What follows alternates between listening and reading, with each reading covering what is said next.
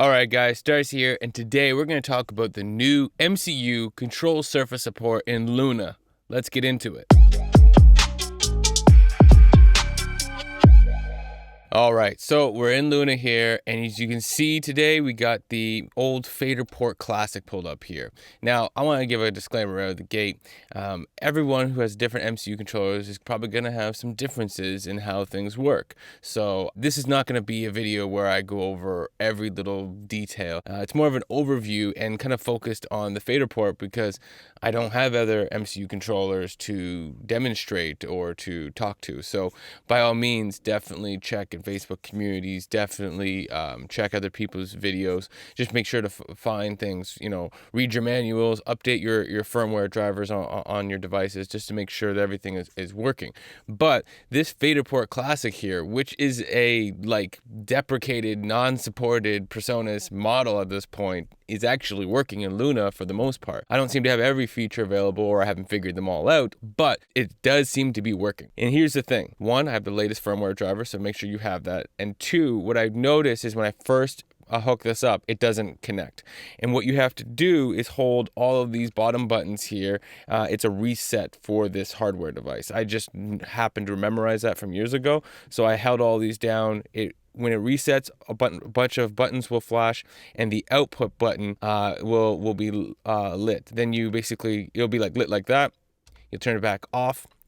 And then after a few seconds or so, it seems to start communicating with Luna. There's a little bit of a lag, but wait a minute. And then I find it works. And then after that point, it just continues to work every time I turn Luna on. It's the first time whatever it was set up with before internally, whatever memory it has, needs to be reset. And then it starts talking to Luna, and then it seems to be good to go. So that's my upfront disclaimer about getting this beauty here set up from all of its old years and being able to work with Luna. So right out of the gate, I just want to show some things. So does it work? Okay, well, I hit play. You can see it's playing that timeline. Stop, record, enable. I don't have any tracks for recording, so it's probably not going to record anything. Can you fast forward and all that kind of stuff? Well, I have nothing in this timeline, so it's kind of pointless. Now, I do have to toggle back and forth between the mix view and whatnot within my keyboard. I haven't figured out a way to use that here. But let's choose a particular track. Where are we in the timeline? Okay, so now we got one that we can see. So let's say, for instance, use pan. We can see that the pan is working across these, stereo faders. The most important thing, the volume fader, that's working. What happens if I go back over here with my keyboard and mouse and hit Option to reset it? Boom, it resets in both places. So that's all the basics, and that stuff is working. How is things set up in my actual Luna, in terms of the settings? We'll go over and bring those up.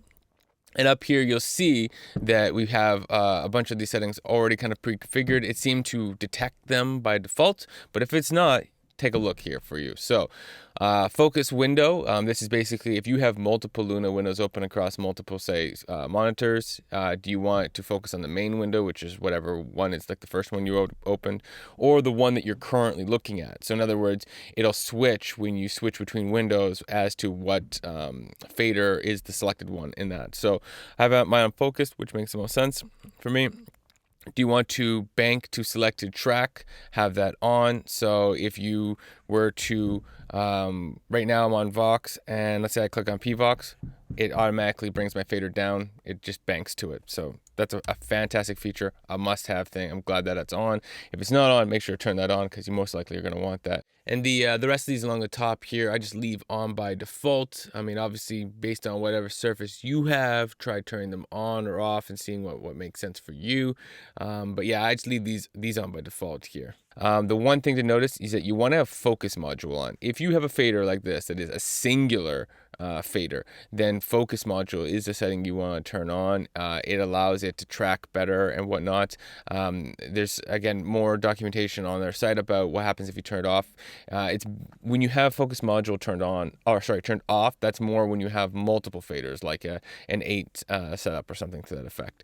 And then obviously what your input and what your output is should be the same, and it's enabled.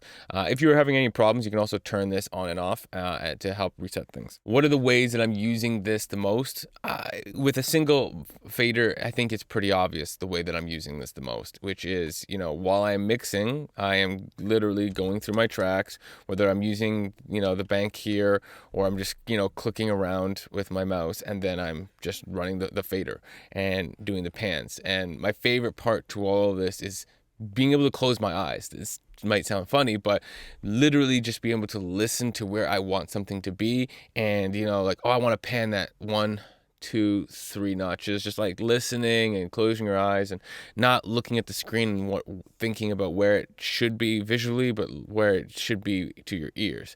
So that's one of the main things. Another piece to all this is, setting setting it to like a touch or latch or whatever, and then running the fader to do some automation, just to get a feel for things, to see where it sounds good, and then maybe I'll correct it after the fact, but being able to actually just set it up that way. Obviously, solo, muting, record enable, all that kind of jazz. Really just your basics, right?